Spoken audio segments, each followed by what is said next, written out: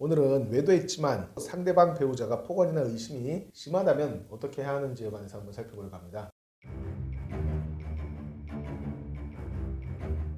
유책주의니 파탄주의니 많이 들어보셨을 겁니다. 유책주의는 책임이 없는 사람만 잘못한 사람한테 이혼을 요구할 수 있다라는 거예요. A와 B가 부부였는데 A가 B를 폭행했습니다. 때렸어요. B가 B를 때려놓고 이혼하고 싶다라고 요구할 수 없다는 게 유책주의예요. B는 이혼을 요구할 수 있다는 거예요. 네가 나 때려서 나 너랑 못 살겠다, 이혼하자. 외도의 경우에도 마찬가지입니다. A가 외도를 했어요. 애인이 너무나 좋은 겁니다. 나 새 애인이랑 새로 결혼할 테니까 B 너 나랑 이혼해줘. 우리는 유책주의라서 원칙적으로 안 된다는 거예요. 이에 비해 파탄주의는 누구한테 책임 있냐가 문제가 아니라 법원을 상대로 우리 부부관계가 이미 파탄났다라는 것을 입증해서 이혼을 이뤄낼 수 있다는 거죠. A가 외도를 했다 하더라도 B가 A를 배우자로서 취급 안 해주고 화가 나서 상대도 안 해주고 아예 없는 사람 취급하며 몇 개월, 몇 달, 몇 년씩 지내면은 유책자라 하더라도 우리 부부 사이가 완전히 끝장났으니 법원은 우리 이혼을 허락해달라라는 소송을 하고 그것이 받아들여지는 시스템을 파탄주의라고 합니다. 양자 모두 이혼을 원하는 경우에 미성년자의 자녀를 누가 키울지, 그리고 양육비를 누가 얼마나 부담할지, 위자료를 얼마나 부담할지, 재산을 어떻게 분할할지 등에 관해서 완전히 합의가 이루어져 있으면 협의 이혼 절차를 통해서 이혼을 할 수 있고, 협의가 이루어져 있지 않다 하더라도 양자 모두 이혼을 원한다면 유책주의냐 파탄주의냐 구분할 필요 없이 이혼할 수 있습니다. 유책주의냐 파탄주의냐 하는 것은 한쪽은 이혼하기 싫다 할 때 쟁점이 되는 거예요. 근데 이 경우는 어떨까요? A가 외도한 거는 분명해요. 그런데 A가 외도했다는 이유로 막말을 한다든지 의심이 지나쳐서 불법 흥신소 같은 거를 붙여서 쫓아다니게 한다든지 폭언이나 의심이 도저히 혼인을 지속할 수 없는 중대한 사유에 해당하여 A 이혼 소송이 받아들여질 가능성도 있습니다. 만약 폭행해버리면 쌍방유책이 되기 때문에 A가 비록 외도했다 하더라도 B를 상대로 얼마든지 이혼 청구를 할 수 있습니다. 특히 외도는 간통죄가 없어진 이 시점에서 민사 불법 행위에 불과하지만 폭행은 형사 범죄이기 때문에 형사 고소하고 이혼 소송해서 얼마든지 이혼도 할 수 있어요. 그러나 이 폭언, 의심은 애매한 부분이 있다는 거죠. 폭언과 의심이 부부 생활을 도저히 유지할 수 없을 정도로 심각한 수준이라면 A가 유책 배우자라 하더라도 이혼이 가능할 수 있어요. 이혼 소송 과정에서 A가 입증을 해야 할 것입니다. 이게 쉽지가 않아요. 판사가 그거를 딱 보면은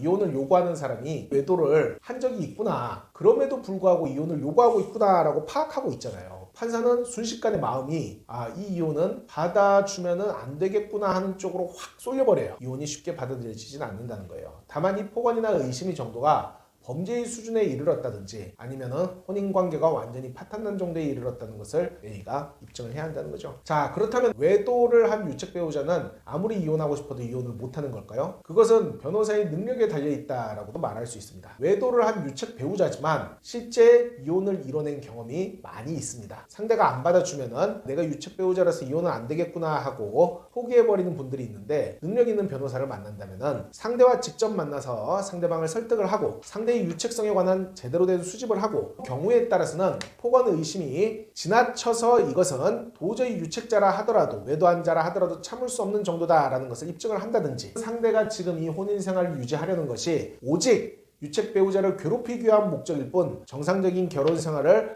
회복하려는 생각이 전혀 없다는 점 등을 입증을 해서 실제 이혼을 이뤄낼 수 있습니다. 특히 이혼 소송은 사실상 의무적으로 조정을 한번 거쳐야 돼요. 이 조정이라는 것은 법원이 주도하는 합의 절차예요. 법대로 하면 유책자가 불리하겠지만 조정기일에는 변호사의 능력이 10분 발휘될 필요가 있습니다. 비록 내가 유책자라 하더라도 이 당사자의 행복 추구권의 실현을 위해서 이혼이 꼭 이루어져야 한다는 점을 충분히 납득시킨다면 이혼을 할 수 있습니다. 저희 대한중앙은 능력과 많은 경험을 갖추고 있습니다. 대한중앙 대표 조기현 변호사였습니다.